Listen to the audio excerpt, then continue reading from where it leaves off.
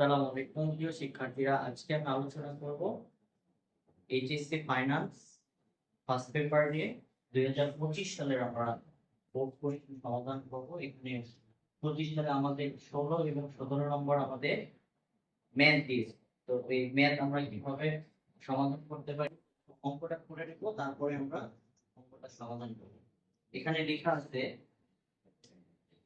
যে delta limited এর ঝুঁকিমুক্ত আয়ের হার 8%, মার্কেট পোর্টফোলিও আয়ের হার 12% এবং বিটা সহায়ক 1.5%।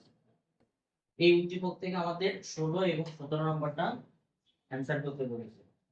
তো আমরা এখানে 16 নম্বরটা আমাদের বের করতে বলেছে ডেল্টা লিমিটেড এর ঝুঁকি প্রিমিয়াম কত।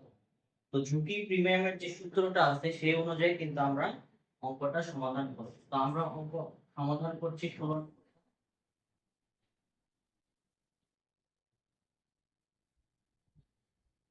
এত কিছু লেখার দরকার নেই, হ্যাঁ। আমাদের যেহেতু এমসিকিউ সবচেয়ে কম সময়টা এখানে দিতে হবে। তো ঝুঁকিমুক্ত আয়ের হারের সূত্র হচ্ছে RM minus RM minus RF into beta. তো এখানে আমাদের আরএম, এই যে মার্কেট প্রয়োগ করা আয়ের হারকে বলা হচ্ছে আরএম। তো এখানে আরএম দেওয়া আছে 12, আরএফ হচ্ছে ঝুঁকিমুক্ত আয়ের হার 8, আর বেটার মান এই যে বেটার সহায়ক দেওয়া আছে 1.5। একটা পার্সেন্টেজ দিলে সবগুলো পার্সেন্টেজের কাজ হয়ে যাবে। তো এখানে 12 থেকে 8 বাদ দিয়ে 1.5 দ্বারা গুণ করব।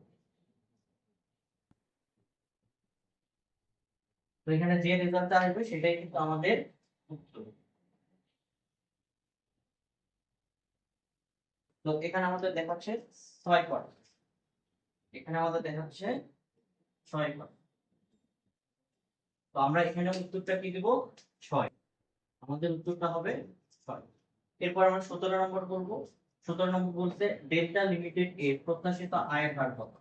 তো আমাদের ঝুঁকিমুক্ত আয়ের হার, মার্কেট পোর্টফোলিও আয়ের হার, বেটার মান দেওয়া থাকলে আমরা জানি প্রত্যাশিত আয়ের হার সূত্র হবে 17 নম্বরটা আমরা লিখছি যে এক্সপেক্টেড রিটার্ন। এটাকে বলা হচ্ছে এক্সপেক্টেড রিটার্ন। ঝুঁকিমুক্ত আয়ের হার বাংলা বলা হয়, সূত্র হবে RF plus RM minus RF into beta. তো এখানে আমাদের আরএফ এর মান দেওয়া আছে ঝুঁকিমুক্ত আয়ের হার কত পার্সেন্ট? 8%। RM 12, RM 8%, beta 1.5। এটা কিন্তু গুণের অবস্থায় থাকবে, হ্যাঁ। এটার উপর কাজ করলে আমরা কত পার্সেন্ট পাবো? 4%। এটুকু একটা অংশ, এটার সাথে গুণ হবে 1.5। 8 এর সাথে 12 যোগ করলে কত হবে? 8 আর 4 যোগ করলে 12%। 12কে আমরা 1.5 দ্বারা গুণ করে নিই। 1.5 দ্বারা গুণ করলে আমাদের রেজাল্টটা কিন্তু আমরা পেয়ে যাব।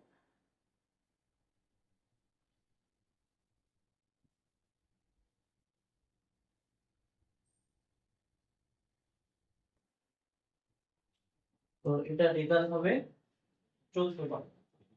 রেজাল্ট হবে 14%। শিক্ষার্থী বন্ধুরা, এই ছিল আমাদের 2025 সালের বোর্ড প্রশ্ন।